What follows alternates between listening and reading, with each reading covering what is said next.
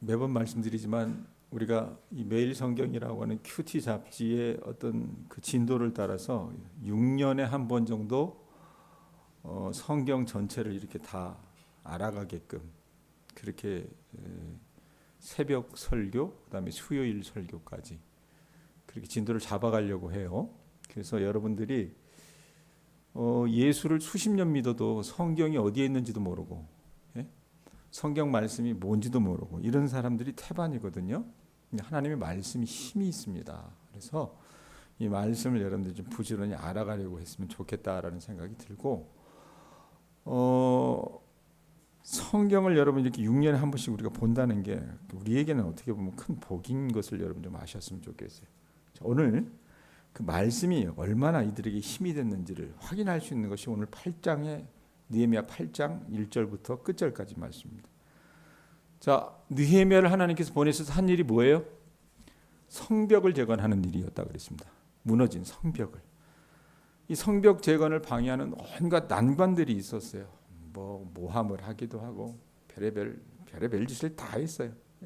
만나자 그래가지고 암살을 하려고 하기도 하고 그랬는데 굉장히 영특한 지도자였습니다. 기도하는 지도자였습니다. 그리고 모범을 보이는 지도자였기 때문에 모든 난관을 극복을 하고 52일 만에, 아주 짧은 날도 그렇게 오래 걸리지 않았습니다. 52일 만에 성벽 공사를 마치게 됐습니다. 그러고 나서 느헤미야가, 오늘 새벽 말씀 여러분들 보셨나 모르겠는데, 느헤미야가 다시는 성벽이 무너지는 아픔을 이 백성이 당하지 않도록 하기 위해서 사람들을 세워요. 사람들을 세우는데 무장한 장수들을 먼저 세운 것이 아니라 누구를 세웠다고 여러분을 말합니까? 말씀해 보면 레위 사람들을 비롯해서 자신의 동생이었던 하나니, 또 이 성체 전체의 지휘관인 하나냐 등에게 치안 유지하는 것을 담당하게 했습니다. 자, 그렇게 보면 이제 우리 눈으로 봤을 때 어때요? 모든 게 다 끝났다라고 생각할 수 있어요. 그런데 성벽 재건하는 것 못지않게 중요한 것이 있었습니다. 그게 뭐냐면 성벽을 재건하는 것이 외적인 조건이었다면 내적인 이 재건, 신앙을 재건하는 것이 무엇보다도 필요했어요. 느헤미야가 그걸 알았어요. 그래서 그 작업에 착수하는데 이 일을 누가 하게 하셨느냐? 하나님이 하게 하셨습니다. 여기 봐요. 하나님이 하게 하셨다는 겁니다. 1절 한번 보세요. 1절 읽습니다. 시작. 이스라엘 자손이 자기들의 성읍에 거주하였더니 일곱째 달에 이르러 모든 백성이 일제히 수문 앞 광장에 모여 학사 에스라에게 여호와께서 이스라엘에게 명령하신 모세의 율법책을 가져오기를 청했다라고. 자, 생각을 해보세요. 성벽을 딱 재건하고 그 성을 지키는 사람들을 다 뽑아서 세워놨는데 7개월 동안, 그 후 7개월 동안 그 성읍에 거주했다고 얘기합니다. 근데 어느 날 갑자기 일곱째 달에 이르러서 이들이 어떻게 해요? 거기 말씀해 보면 수문앞이라고 써요. 수문앞 광장이라고 하는 게 뭐냐면 물 숫자 써요. 예? 그리고 문자. 예? 영어로 보면 이게 뭐 워터게이트 뭐 이런 표현이 있는데 이 수문앞 광장에 이들이 모였어요. 이 수문이라고 하는 뜻이 뭐냐면 정결과 소생이라고 하는 그 뜻을 상징하는데 이들이 갑자기 모였습니다. 갑자기. 왜 갑자기 모였을까? 주일날 오후에 여러분이 기도회 하면서 제가 부흥회를 결산한 어떤 제 나름의 얘기를 우리 교우들하고 좀 같이 했어요. 뭐 평상시보다 기도를 조금 더 했다. 뭐 이런 거 가지고 여러분 의미를 두는 게 저는 뭐 그 큰 의미는 별로 안 둬요. 안 두고 내 편에서 의미를 뒀던 건 뭐냐면 우리가 두 번에, 제가 와서 세 번째 지금 부흥회를 하지만 앞에 두 번의 부흥회 강사들도 괜찮은 사람들이었어요. 근데 그분들이 왔었을 땐 교인들이 어땠냐면 들쭉날쭉했어요. 말씀을 듣는 인원수나 이런 것들이. 근데 올해는 좀 달랐던 게 뭐냐면 한 35명 정도로 왔다 갔다 하면서 교인들이 나올 사람은 꾸준히 나왔어요. 왜 그랬을까? 우리 남현숙 권사님하고 내가 같이 나누면서 했던 얘기가 뭡니까? 새벽마다 우리가 기도하는 이 하나님의 딸들과 제가 기도 제목을 쭉 나누면서 했던 얘기가 어떻게 보면 지금 환경이 영적 환경으로는 사실 쉽지 않다. 그런데 이 부흥회를 위해서 우리가 같이 기도하자라는 마음을 가지고 같이 기도했어요. 그랬을 때 하나님께서 그들 마음 가운데 어떻게 해요? 말씀을 듣고자 하는 열망을 주셔서 그들이 저는 나온 거라고 목회자로서 평가합니다. 예? 그럼 이 백성들이 보세요. 와서 이들이 성읍에 거주하면서 7째 달 딱 이르렀을 때에 갑자기 모여들었어요. 왜 모였을까요? 말씀해 보면 왜 모였다고 얘기합니까? 학사 에스라에게 여호와께서 모세에게 명령하신 율법책을 가져오기를 청했다라고 얘기하는데 왜 뜬금없이 이들이 갑자기 모여가지고 여러분 그 율법책을 가져와서 자기들에게 가르쳐달라고 얘기하냐 이 말입니다. 저는 이거 하나님이 하신 거라고 봅니다. 느헤미야가 성벽을 재건하는 일에 앞장섰지만 이 모든 것이 하나님의 어떤 계획 가운데 있었다라고 저는 생각을 해요. 그 백성들에게 말씀을 사모하는 마음을 주셨던 거예요. 그래서 이들이 그 성읍에 거주하고 나서 7째 달 딱 됐었을 때에 에스라에게 찾아와서 우리에게 모세 율법을 좀 가르쳐 주세요라고 요청했던 거라고 말입니다. 여러분 예수 믿는 사람들은 밥만 먹고 못 삽니다. 아셨어요? 하나님의 말씀을 먹고 여러분들이 사셔야 돼요. 예? 그래서 이들이 살아가다 보니까 이 영적 기갈 상태에 아마 이르렀던 것 같아요. 그것 때문에 우리가 살 수 있는 길은 유일한 방법 뭐예요? 하나님의 말씀밖에 없구나라는 이 생각들이 이 백성들의 마음을 어떻게 채워서 이들이 어떻게 합니까? 에스라에게 찾아가서 우리에게 말씀을 좀 가르쳐 주세요. 이렇게 요청했던 거라고 말입니다. 자, 그들의 요청에 에스라가 여러분 어떻게 응답합니까? 에스라는 여러분 굉장히 신중한 사람이었는데 뭐 잠시 기다려달라 이렇게 얘기하지 않았어요. 얘기를 듣고 바로 하나님의 말씀을 들려줍니다. 우리가 여러분 느헤미야를 읽었지만 느헤미야 앞에 있는 성경책이 뭐예요? 에스라잖아요. 에스라 7장 10절 한번 찾아봐요. 에스라 7장 10절에 여러분 어떤 말씀이 있습니까? 에스라도 여러분 이미 우리가 같은 달에 말씀을 나눴어요. 에스라 7장 10절에 보면 어떤 말씀이 있어요? 에스라 7장 10절. 에스라가 여호와의 율법을 연구하여 준행하며 율례와 규례를 이스라엘에게 가르치기를 뭐 했대요? 결심하였더라라는 말씀이 있습니다. 이 마음을 딱 하나님도 어떻게 해요? 에스라에게도 준비시켜 주신 거예요. 그러니까 모든 게 어떻게 탁탁탁탁 들어맞아 가지고 백성들은 말씀을 듣기를 원했고 에스라는 어떻습니까? 여호와의 율법을 연구하며 준행하며 율례와 규례를 이스라엘에게 가르치기로 결심하는 그 마음을 주셨다 그 말이에요. 딱. 그래서 말씀이 기폭제가 돼서 이 말씀이 능력이 돼서 이들을 어떻게 수술하는 장면이 2절부터 나옵니다. 자, 2절 3절 한번 보세요. 읽습니다. 시작. 7째 달 초하루에 제사장 에스라가 율법책을 가지고 회중 앞 곧 남자나 여자나 알아들을 만한 모든 사람 앞에 이르러 수문앞 광장에서 언제부터? 새벽부터 언제까지?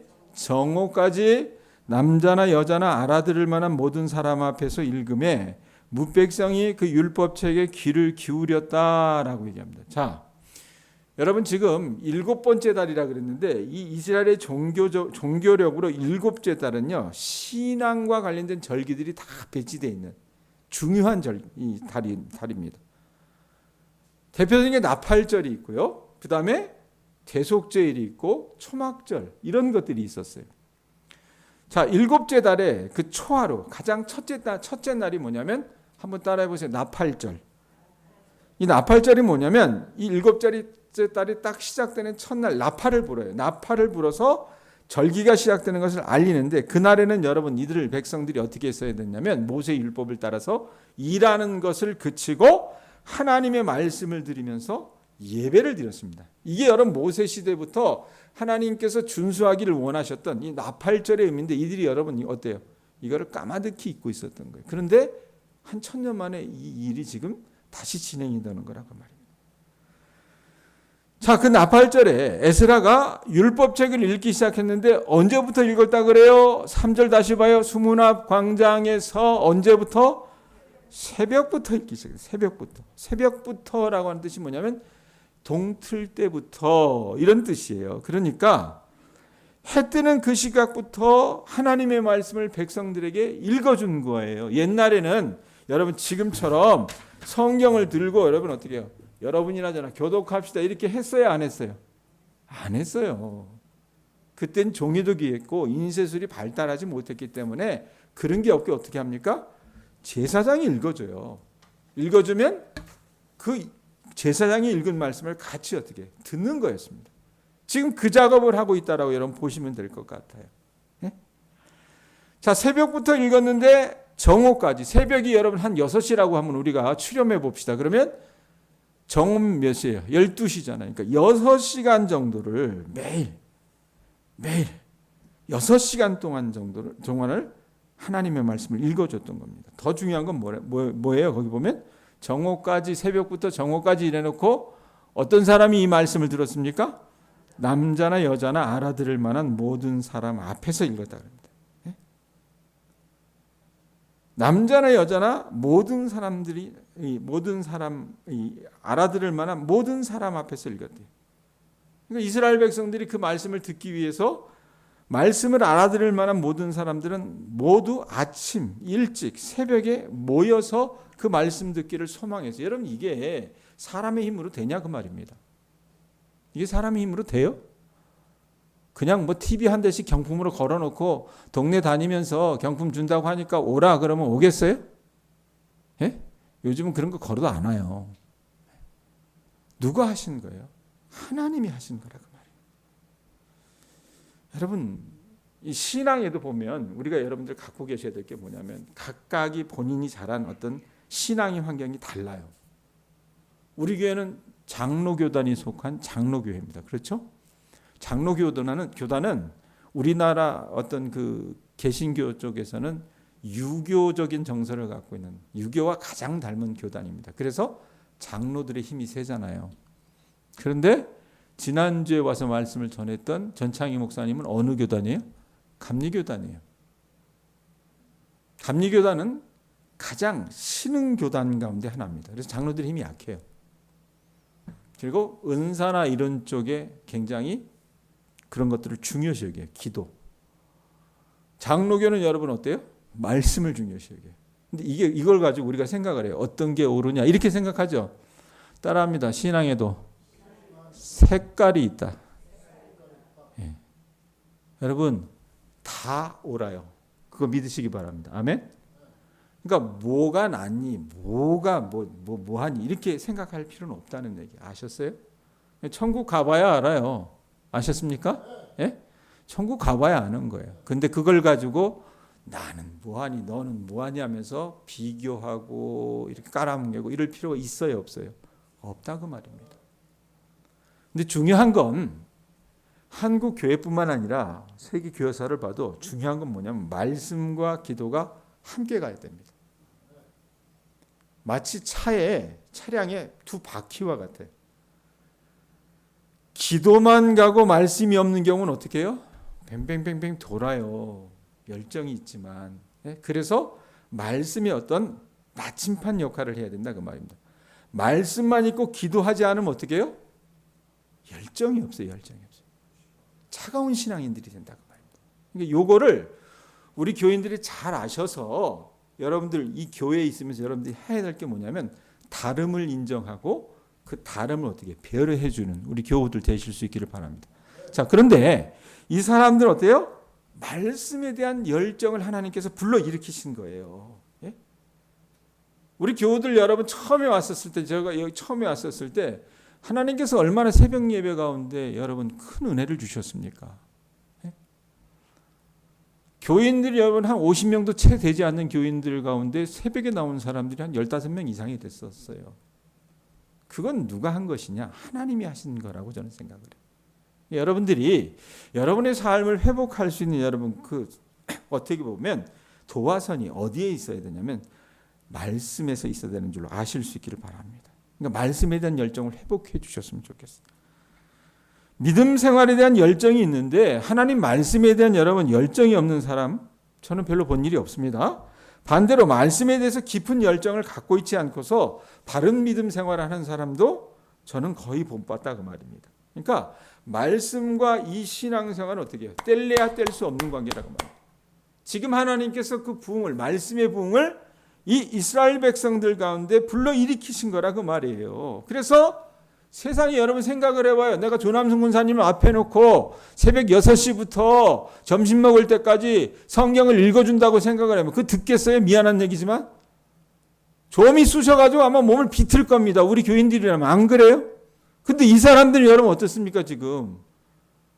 하루 6시간 동안 6시간씩 7일 동안 에스라가 하나님의 말씀을 읽어줬을 때 그들이 어떻게 해요? 통회하고 자복하고 기뻐하는 일들이 있었다고 말입니다. 그건 누가 하신 거예요? 하나님이 하신 거라고 말입니다. 네? 자, 이들이 어떤 반응을 보입니까? 5절 6절 보세요. 5절 6절 읽습니다. 시작. 에스라가 모든 백성 위에 서서 그들 목전에 책을 펴니 책을 펼 때에 모든 백성이 어떻게 했대요? 예전에 저는 청년부 사역할 때도 조금 젊은 교인들하고 사역할 때는 어떻게 했냐면 성경 봉독하겠습니다라고 얘기하면 어땠냐면 그냥 다 같이 일어나라 그랬어요. 일어나. 왜? 이 말씀이 너무 좋았기 때문에 지금 이 에스라서 8장의 말씀대로 우리가 하나님의 말씀을 같이 읽는데 일어나서 읽읍시다. 그때의 광경을 우리가 생각을 하면서 이들이 여러분 그렇게 했어요. 6절 보세요. 읽습니다. 시작. 에스라가 위대하신 하나님 여호와를 송축하며 모든 백성이 어떻게 됐대요? 손을 들고 아멘 아멘 하고 응답하고 몸을 굽혀 얼굴을 땅에 대고 여호와께 경배했다라고 얘기합니다. 자, 하나님의 말씀의 책을 에스라가 딱 펴니까 모든 백성들이 일어났어요. 그 하나님의 말씀의 최고의 권위를 부여하는 어떤 표현이라고 보시면 될 것 같아요. 그리고 그 말씀을 읽으니까 어때요? 몸을 굽혀서 얼굴을 땅바닥에 대었다 그 말입니다. 자기 자신을 말씀의 권위 앞에 낮추는 거예요. 그리고 하나님에 대해서 에스라가 뭐라고 얘기합니까? 6절에 보면 에스라가 하나님을 어떻게 표현해요? 위대하신 하나님이라고 얘기해요. 여러분, 이스라엘 백성들이 믿었던 하나님은 그 당시 여러분 신관하고는 완전히 다르다고 그랬잖아요. 그 당시 신관은 뭡니까? 동양면에 역사하는 신은 어떻게 해요? 동양면에서만 힘을 쓴다고 그랬어요. 그죠? 안천 가면 힘을 써요? 못 써요? 못 써요. 그게 그 당시 사람들이 갖고 있던 신에 대한 관념이었는데 이스라엘 백성들이 믿었던 하나님만은 그렇지 않은 분이라고 그랬어요. 그래서 그걸 뭐라고 얘기합니까? 만유의 하나님이라 그러잖아요. 만군의 하나님이라 그러잖아요. 모든 임금의 하나님이란 얘기예요. 예? 1만만자 임금군자 써가지고 그걸 여기서는 어떻게 표현합니까? 위대하신 하나님이라고 얘기를 하는 거예요. 하나님이 한 지역의 신이 아니라 온 우주, 온 세상을 다스리는 유일신이라는 것을 이들이 고백을 한 거예요. 그래서 근데 너희들은 왜 망했냐? 묻잖아요. 바빌론 사람들이. 그건 하나님이 잘못해서가 아니라 우리가 잘못해서 우리가 하나님 앞에 죄를 지었기 때문에 망한 거야. 이렇게 고백을 했어요. 그래서 이들이 여러분 지금 꿈과 같은 일을 경험하고 있잖아요. 어떤 일입니까? 바벨론에서 포로 생활 마치고 돌아올 것이라고 생각을 했어요? 안 했어요? 안 했어요. 그래서 여러분 시편 말씀에 보면 뭐라고 얘기합니까? 꿈꾸는 것 같아 도달한 표현이 있거든요. 예? 그 일을 하게 하신 분이 누구예요? 하나님이 하셨어요. 그리고 오래도록 성전을 어느 정도로 짓긴 했지만 성벽을 재건하지 못하고 있다가 이 총독이었던 느헤미야가 와서 여러분 이 성벽을 재건하는 일을 며칠 만에 다 완공을 했습니까? 며칠 안 걸렸어요. 52일 만에 완공한 거 보니까 이것도 여러분 누가 하신 거예요? 하나님이 하신 거예요. 그렇기 때문에 그들이 에스라가 읽어주는 하나님의 말씀을 여러분 들으면서 어떻게 합니까? 하나님 앞에 감사하는 표현을 했다고 말입니다. 여러분 우리는요 어떤 때 하나님이 크게 보입니까? 여러분 어떤 때 하나님 크게 보여요? 눈 뜨시고 어떤 때 하나님 크게 보여요? 내가 클 때 하나님이 크게 보입니까? 내가 잘날 때 크게 보여요? 예? 내가 가장 연약하고 내가 가장 초라하다고 느껴질 때 우리 하나님이 크게 보이지 않아요? 그때 하나님 찾잖아요. 안 그래요? 예? 또 지극히 위대한 하나님을 만나는 순간 정말 보잘것없고 하찮은 그리고 허물투성이인 나 자신을 발견하게 된다 그 말입니다. 그래서 전창희 목사님 자꾸 와가지고 자기네 교인들 자랑하는데 나는 그게 별로 부럽지가 않았어요. 솔직하게 얘기하면. 재벌 있으면 뭐하는데. 예? 그게 권사가 한턱 쓰면 뭐하는데 오늘 15년 구형을 받았다며요. 교계에 여러분 인물이 많긴 해요. 그런데 그 교회 인물들 가운데 친일파도 많고요. 민족의 반역자들도 많아요. 그건 우리가 부러워할 게 아니에요. 예? 우리가 여러분 자랑해야 되고 우리가 여러분 꿈꿔야 되는 건 뭡니까? 하나님을 자랑해야 되는 줄로 믿으시기 바랍니다. 아셨어요? 작은 교회에 있어도 시골에 있어도 여러분이 여러분 자신을 자랑하는 것이 아니라 우리가 믿는 만유의 하나님을 자랑하실 수 있는 우리 교우들 되실 수 있기를 바랍니다. 아셨어요? 지금 이스라엘 백성들이 그걸 경험하고 있는 거예요. 어떻게 이 일을 이루었지? 우리 힘 가지고는 도저히 이거 할 수도 없었는데 어떻게 성벽을 재건했지? 이건 내 힘 가지고 우리 민족의 힘 가지고는 될 수도 없었는데 누가 하게 하셨어요? 여러분 편하게 일한 게 아니었잖아요. 느헤미야 걸고 넘어지려고 산발락과 도비아와 게셈이 얼마나 발을 걸었습니까? 얼마나 여러분 유혹을 했습니까? 그런데 하나님께서 그 모든 것들을 막아주시고 그 모든 일들을 이루게 해주셨다 그 말입니다. 자, 8절 9절 앞부분까지 한번 보세요. 자, 하나님의 율법책을 낭독하고 그 뜻을 해석하여 백성에게 그 낭독하는 것을 다 깨닫게 하니 백성이 율법의 말씀을 듣고 뭐 했대요? 다 울었대요. 다 울었대요. 자, 에스라가 또 레위 사람들이 나서서 에스라가 낭독한 그 율법을 이제는 여러분 어떻습니까? 어떤 말씀인지 어떤 뜻인지 번역을 해줘야 돼요. 왜냐하면 지금 이들이 여러분 나라가 망하고 나서 70년 동안 어디가 있었어요? 바벨론에 가 있었잖아요. 우리나라 사람들 가운데도 지금 어르신들도 거의 다 잊어버렸긴 했지만 옛날 어르신들 보면 이 조선말보다 일본말을 더 잘하는 사람들이 있었어요, 없었어요? 있었어요. 왜? 그때 당시에 여러분 나라는 어느 나라의 지배를 받고 있었어요? 일본의 지배를 받고 있어요. 그래서 일본말 하는 게 더 익숙한 분들이 많았어요. 그러면 이때를 여러분 한번 생각을 해보세요. 이들이 바벨론의 포로로 잡혀가서 페르시아 치하에 있었어요. 이때 페르시아 치하에서 썼던 공용어는 뭐냐면 아람어입니다. 아람어. 예수님 시대까지 썼던 그 공용어가 아람어였어요. 그러면 이 사람들이 여러분 에스라가 나와서 지금 어떤 성경을 읽어주고 있어요? 히브리어로 된 성경을 읽어주는 거예요. 그럼 이 말이 무슨 뜻인지 알아들어요? 못 알아들어요? 못 알아듣죠. 그래서 제사장들이 중간에서 어떻게 합니까? 레위 사람들이 아람어로 번역을 해주는 거예요. 이건 이런 말이야, 저런 말이야. 자세히 설명을 해주는 거예요. 예? 이들이 오랫동안 이들의 모국어를 잊어버리고 이 통용되었던 아람어만 알고 있는 사람이었기 때문에 어떻게 보면 통번역에 이 시간이 필요했던 거예요. 그리고 이들이 레위 사람의 그 말씀 해석을 듣고 나서 이스라엘 백성들이 어떻게 반응합니까? 다시 9절 앞부분에 보면 어떻게 얘기해요? 율법의 말씀을 듣고 어떻게 했다고 합니까? 다 울었다 그랬습니다. 왜 울었겠어요? 아마 이게 어떤 말씀을 읽었겠냐 사람들 얘기하는데 아마 신명기 아니었겠냐라는 얘기를 해요. 대부분. 그러면 그 말씀을 듣고 여러분 어떻게 해요? 이들이 찔림을 받은 거예요. 야, 우리가 이래서 망했구나. 우리가 이러다가 망할 수 있겠구나라고 생각을 해서 이들이 자신의 죄를 참회하고 하나님의 말씀에 대해서 무지했다라는 것을 깨닫고 어떻게 해요? 통곡하는 거라고 말입니다. 요즘 시대 여러분 사라진 게 뭡니까? 하나님의 말씀을 듣고 찔림이 없어요. 요즘 교인들. 뭐 그렇게 잘났는지, 뭐 그렇게 똑똑한지. 예? 저나 여러분이나 하나님의 말씀 앞에서 울 줄 아는 그런 교우들 되실 수 있었으면 좋겠습니다. 아셨어요? 그런 은혜를 하나님께서 우리에게 주셔야 된다 그 말입니다. 자, 이들이 울었어요. 울 때에 이 느헤미야가 또 에스라가 어떻게 말하는지가 9절 10절입니다. 9절 10절 읽습니다. 시작. 백성이 율법의 말씀을 듣고 다 우는지라 총독 느헤미야와 제사장 겸 학사 에스라와 백성을 가르치는 레위 사람들이 모든 백성에게 이르기를 오늘은 너희 하나님 여호와의 성일이니 뭐하래요? 슬퍼하지 말며 울지 말라 이렇게 얘기합니다. 울지 말라 하고 그 다음 10절 느헤미야가 또 그들에게 이르기를 너희는 가서 살진 것을 먹고 단 것을 마시되 준비하지 못한 자에게는 나누어 주라. 이날은 주의 성일이니 근심하지 말라.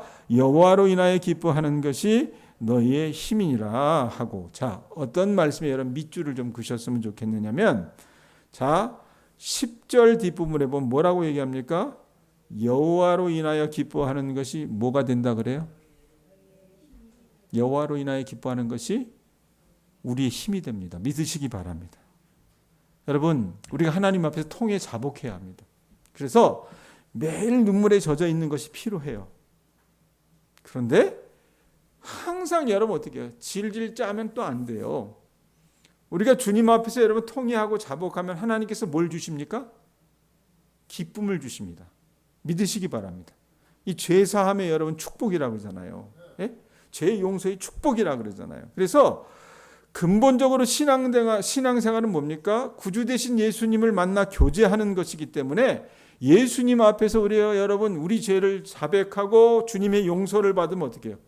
기쁨이 흘러넘쳐요. 안 그렇습니까?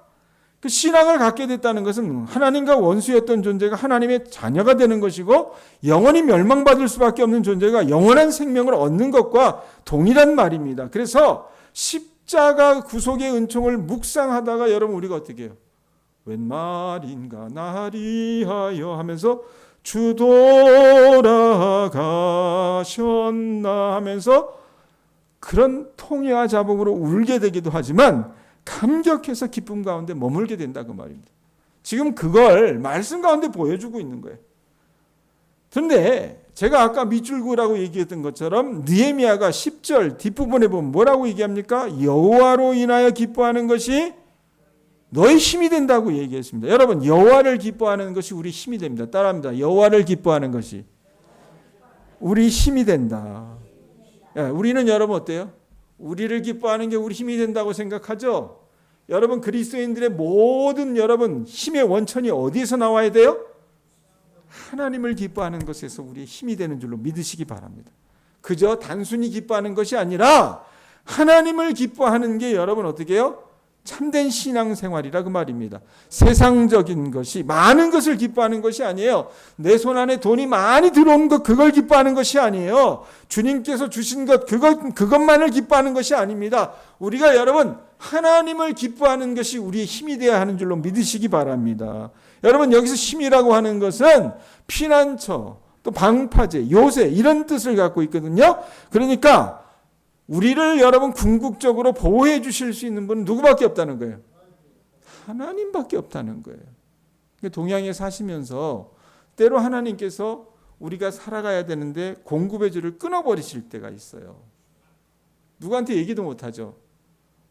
내 딱한 사정을 누구한테 여러분 하소연하지도 못합니다. 그럴 때에 여러분 하나님 앞에 나가실 수 있기를 바랍니다. 하나님을 기뻐하는 것이 힘이 된다라고 말씀하셨사오니 주여 내 이 사정을 살피시고 살아계신 주님의 능력을 내가 체험할 수 있게 하옵소서라고 기도해 보세요. 하나님이 정말 우리 가운데 힘이 되실 줄로 믿습니다. 아셨어요? 자, 그리고 나서 그 다음 날에도 이스라엘 백성들이 어떻게 해요? 첫날에 6시간 말씀을 들었어요. 그 다음 날에도 어떻게 합니까? 하나님의 말씀을 듣다가 이 7월 절기에 초막에 거하라고 하는 부분에서 이 모세의 율법을 읽어나가다가 초막에 거하라고 하는 부분에서 우리가 초막절을 지켜야 되겠구나라는 것을 이들이 깨달은 거예요. 그래서 그것을 어떻게 준수했는지 17절 18절에 얘기합니다. 17절 18절 한번 보세요. 자, 읽습니다. 시작. 사로잡혔다가 돌아온 회중이 다 뭘 지었대요? 초막을 짓고 그 안에서 거하니 눈의 아들 여호수아 때로부터 그날까지 이스라엘 자손이 이같이 행한 일이 있었대요, 없었대요? 없었으므로 이에 크게 기뻐하며 에스라는 첫날부터 끝날까지 날마다 하나님의 율법책을 낭독하며 무리가 며칠 동안? 1회 동안 매일 6시간씩 1회 동안 절기를 지키고 8째 날에 규례를 따라 성회를 열었다라고 합니다. 그거 아세요? 여호수아 이래로요. 온 국민이 이스라엘 온 국민이 대대적으로 초막절을 지킨 게 이때가 처음입니다. 그러니까 1000년 만에 처음인 거예요. 예? 이스라엘 백성들이 여러분 에스라를 통한 이 하나님의 말씀을 듣다가 어떤 말씀에 딱 멈췄다 그랬어요? 초막절을 지켜야 된다라고 한 그 말씀을 딱 듣게 되니까 우리가 초막절을 지키지 못했구나라고 생각해서 그 초막절을 발견한 것처럼 여러분 하나님의 말씀을 깊이 묵상하는 사람만이 보이지 않는 하나님을 우리가 볼 수 있게 된다는 것을 아시기 바랍니다. 그래서 그 하나님의 뜻에 순종하게 된다라는 거예요. 그러니까 여러분들이 말씀에 대한 사모함을 좀 가지셨으면 좋겠어요. 아셨어요? 자, 이게 오늘 말씀의 내용이에요. 그럼 어떻게 정리할까? 이스라엘 백성들에게는 여러분, 우리는 여러분 이 조선 사람들은 지키는 절기가 있어요, 없어요? 있죠. 민족의 명절해서 설, 그 다음에 추석 이런 게 있죠. 그리고 개신교에서는 어떤 절기를 지킵니까? 부활절 지키겠고, 그 다음에 성탄절 지키겠고, 추수감사절 지키겠고, 뭐 맥추절 지키겠고 이러겠잖아요. 이 이스라엘 사람들도 지키는 3대 절기가 있었습니다. 이게 뭐냐면 무교절이라고, 그 다음에 77절, 무교절에서 7749 가야 돼. 77절, 그 다음에 또 초막절, 이렇게 3절기가 있었어요. 근데 이 절기가 다 무엇과 관련되어 있냐면 추수와 관련되어 있었습니다. 이스라엘 백성들이 여러분, 여기는 더운 나라잖아요. 그러니까 1년에 3번 추수를 했대요. 3번 곡식을 거뒀는데 이 3번 곡식을 거둔 그때가 3대 명절과 깊이 관련이 있다고 얘기합니다. 자, 우리도 여러분 겨울에 보리 심는 경우 있잖아요. 겨울 전에. 그래서 봄에 여러분 우리가 어떻게 해요? 보리를 거둡니다. 이 사람들도 겨울 보리를 거둘 때의 명절을 뭐라고 그러냐면 무교절로 지켰어요. 그리고 여름 보리와 밀을 거두는 때의 명절이 뭐였냐면 맥추절이었습니다. 그러고 나서 올리브와 포도를 거둘 때는 명절이 어떻게 했냐면 수장절이었어요. 그리고 이 명절들이 다른 이름으로 어떻게 바뀌게 된 거예요. 그러니까 꼭 우리 조선 사람들과 비슷하게 농경적인 요소와 결합이 되었다고 말입니다. 그래서 겨울보리하고 추수하고 묵은 누룩을 없애는 무교절이 뭘로 바뀌었게요? 출애굽이라는 역사적 사실과 결합해서 뭘로 바뀌었습니까? 이스라엘 백성들이 가장 중요한 절기 유월절로 바뀌었습니다. 유월절에 여러분 어떻게 해요? 누룩이 섞여 있지 않는 그 빵을 먹잖아요. 그래서 무교절이라 그런 거예요. 그리고 또 여름보리와 밀을 거두는 수확의 성격이 강한 맥추절은 어떻게 바뀌었냐면 그 무교절에서 7 곱하기 7 지나서 지킨 절기이기 때문에 시내산에서 계명을 받은 역사적 사실과 결합된 것이 77절이었다고 말입니다. 그리고 1년 중 마지막 추수를 축하하는 이 수장절과 이스라엘 광야 생활이라는 역사적 사실이 결합된 것이 뭐였냐면 오늘 지킨 초막절이었대요. 그러니까 지금도 제가 어느 유튜브를 봤는데 이스라엘 사람들이 지금도 여러분 이 초막절을 지킬까요? 안 지킬까요? 지킨대요. 그 시멘트 집 지어놓고 지킨대요. 어떻게 지키냐면 옥상에다가 텐트 쳐놓고 지킨대요. 그만큼 자기들에겐 중요한 절기이기 때문에.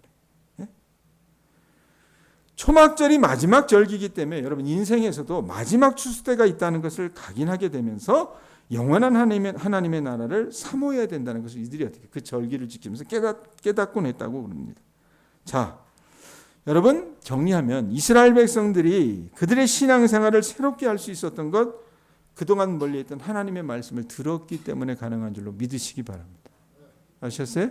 그러니까 우리 교우들의 삶 가운데도 하나님이 여러분들의 삶에 회복을 주셔야 될 부분들이 있어요. 그게 어디에서부터 시작이 돼야 됩니까? 하나님이 여러분들 교우들 가운데 무너졌던 예배, 말씀과 기도를 회복시키시는 그곳에서부터 시작돼야 되는 줄로 저는 믿습니다. 우리가 살면서 여러분 유라블로와 같은 광풍이 불고 세속적인 가치관이 판을 치는 이 세상에서 어떻게 하면 우리가 여러분 하나님의 다스림 속에 있다는 것을 확인할 수 있을까? 보이지 않는 하나님을 어떻게 하면 여러분 우리가 볼 수가 있고 어떻게 하면 하나님의 뜻에 순종하면서 살아갈 수 있을까? 오늘 말씀이 주는 건 뭡니까? 우리에게 주신 하나님의 말씀을 정말 하나님의 말씀으로 알고 온전히 순종하는 삶을 살아가시면 여러분들이 그 힘을 얻으실 줄로 저는 믿습니다. 그래서 여호와로 인하여 기뻐하는 것이 누구의 힘이 돼야 돼요? 따라합니다. 나의 힘이 돼야 된다. 여러분의 힘이 되셔야 돼요. 아셨어요? 남의 힘이 되는 것이 아니라 하나님을 기뻐하는 것이 우리 교우들의 힘이 돼서 거기서 모든 에너지가 나와서 여러분들 삶에 있는 모든 문제를 푸는 그런 열쇠가 될 수 있기를 주님의 이름으로 축원합니다. 아셨어요? 그래서 여러분들이 그걸 가지고 나가실 수 있는 우리 교우들 되실 수 있기를 예수님의 이름으로 축복합니다.